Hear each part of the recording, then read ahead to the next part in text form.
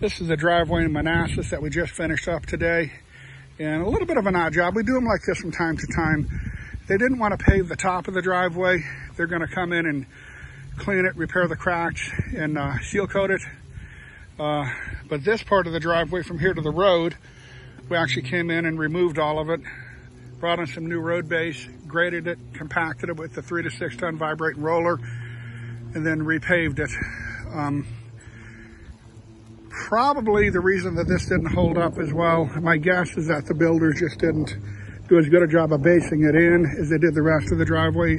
And also when you got a lane like this, all the traffic is kind of concentrated in the same areas every day. You know, you got tires driving here, tires driving here, to where when you got a wide or more of a spread out area like up there by the house, traffic's distributed over the whole driveway. So a lot of times the neck of the driveway will be in worse shape than the top part of the driveway where it widens out. But yeah, we tore this out, regraded, recompacted it.